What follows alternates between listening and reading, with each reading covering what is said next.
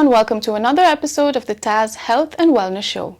Today we have with us Dr. Vidya Bhargavan, who is an ENT Specialist at the Aster Royal Hospital. Now she's here to talk to us about certain medical terms that have been frequently interchangeably used, words like dizziness, giddiness and vertigo. So please welcome Dr. Vidya. Dr. Vidya, thank you for being here and welcome to the TAS Studios. Hi, thank you so much for having me here. Pleasure. It's my pleasure to be here. Likewise. So today I'm here to talk about a very common phenomenon that we see in our day-to-day lives, in our family members, in our friends, and so on and so forth. So there are many terms that patients use to describe what they're feeling. They use words like dizziness, giddiness, vertigo, fainting sensation, lightheadedness, etc. So dizziness or giddiness is more or less the same, I would like to say. It's a feeling that they are unsteady or they feel that they are about to fall. However, as an ENT specialist, what I would like to focus on is vertigo. Vertigo is basically a spinning sensation. So they feel either that they are spinning and the room is stationary, or the room is spinning and they are stationary. Okay. Plus, there are many other feelings, like certain people, they feel woozy. They feel unstable, like they don't have balance. They feel when they walk, they are swaying to one side. So, the way they describe it makes all the difference in the treatment that we are going to be doing. Okay. Yeah. And this generally, say for example, if I see someone and he says that he's feeling dizzy or giddy, Yes. as a person, like as a bystander, me watching him, is there any way that I can tell what exactly he's feeling, or does he have to explain to me? So, as soon as a person says he's feeling dizzy, first thing is you have to be by his side and make him lie down. You can raise his legs, but make sure he doesn't fall, because he's not having any stability of his own. So what I would say is take him to a safe place, make him lie down, raise his legs up, or just make him lie down in a place and call for help. Okay. That would be the first thing you have to do. He shouldn't fall. That's the main thing. Yeah. So this is what I would do as, me not being a doctor. Perfect. Now, what are the treatments you would provide to a patient who's feeling dizzy or... Yeah. So now dizziness it's a symptom. It's not a disease as such. So it is something that all doctors see of different specialties. So I'm an ENT surgeon. I can see a case of dizziness. Sometimes it's due to a problem of the heart, so the cardiologist sees. It can be due to a brain condition, the neurologist sees, internal medicine sees. So we have to differentiate which department specific giddiness is this, which is difficult for you. Yeah. So I would suggest that the patient should come to the hospital, probably see a general practitioner, and they will, accordingly differentiate and find out. In case of an ENT related dizziness, the patient usually feels that the room is spinning around them. They are not having balance. Some of them, they feel like vomiting, or they feel nausea. They can have ear related complaint, like they are not able to listen, or they have like a ringing sensation in their ears. So these are the kind of patients who come to an ENT surgeon with vertigo. Regarding the treatment, I would say we have medications which will help them to relieve their symptoms. We have certain exercises or maneuvers which also help in reducing the symptoms. Also, we have to do certain tests to make sure it is nothing else. Okay. The main thing I would like to talk about is it could be even an early sign of stroke. So if the patient is having giddiness with say slurring of speech, their speech is not clear, they feel weakness in their hands or legs, then immediately we have to do an MRI or CT and refer them to the neurologist. Now we cannot keep them waiting.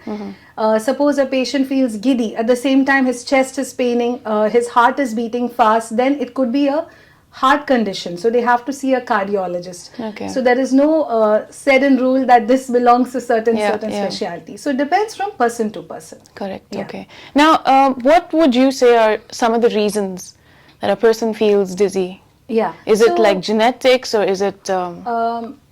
It's unlikely to be genetic. So it can be from something as simple as, it could be a vasovagal attack.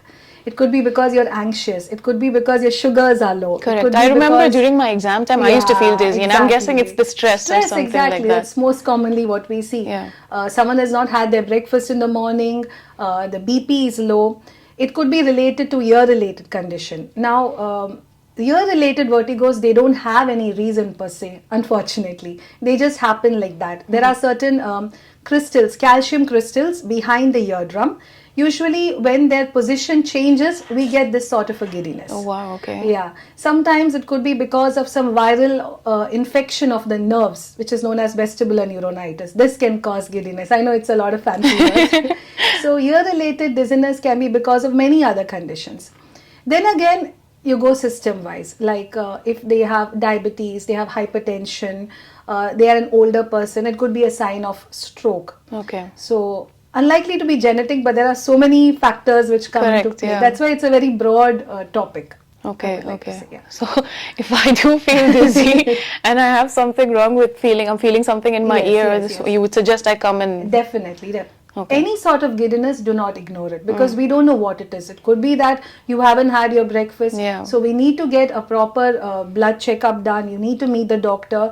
The doctor will tell you which kind of treatment. Do you have to go and do an ECG? Do you have to do a scan? Or you just have to take medication. Okay. So don't ignore your giddiness. Don't just think that, it's okay, it's just because of age, or I've just not had my breakfast, because it can be something serious also. Correct. And anything, treated early is always...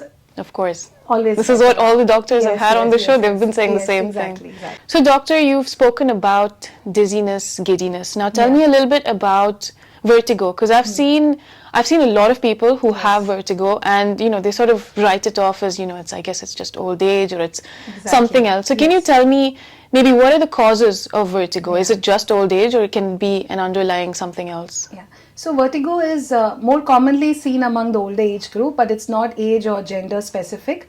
There are different causes of vertigo. In medical terms, we have peripheral vertigo and central vertigo. Peripheral vertigo is usually ear-related issues. So the most common thing is something known as BPPV. In short, when there is a change in the position of your head, they feel giddy. So when they look up and look down, they feel giddy. Or when they move to the right or left, they feel giddy. So this is the most common kind of giddiness that we come across.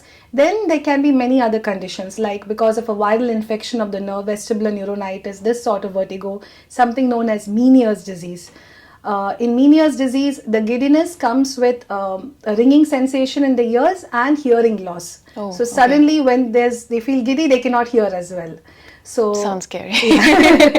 So that is the ear related, or it could be a central vertigo. Central vertigo means more related to the brain. Okay. So in that case, we'll have to refer the patient to a neurologist. Okay. So mainly we treat the ear related vertigo, and we have positional therapies, something known as vestibular rehabilitation, where basically we adapt the patient to the kind of disease. So they help the body in adapting themselves. Okay, so it's not technically treatable, it's just you teach the patient to adapt to exactly. So it is treatable for that episode. Maybe they may have such an episode after many years, so we have to follow the same thing. Okay. It's not like a foolproof treatment, because it's a tendency of your body. So it's something that, it's sort of like a physiotherapy. Yeah, you like teach them something and then they learn it. It becomes a lifestyle. Okay, okay, okay. Now lastly, do you have any advice for people when it comes to dizziness or giddiness, or just general doctor's advice for the people? See, what I would say is what I've already mentioned. Do not ignore it, and meet your doctor. Make sure you follow a healthy lifestyle. That's always very important. Have healthy food, take your meals on time, and if anything, meet your doctor at the earliest. Okay. And if you are feeling dizzy, please do not drive. Take the help of someone who can drive you to the hospital. Use your wheelchair, use the services provided, and I think we'll give you the best treatment possible. Of course, no doubt in that. Yeah. Doctor, thank you so much for being here. It was lovely talking to you. Thank you so much.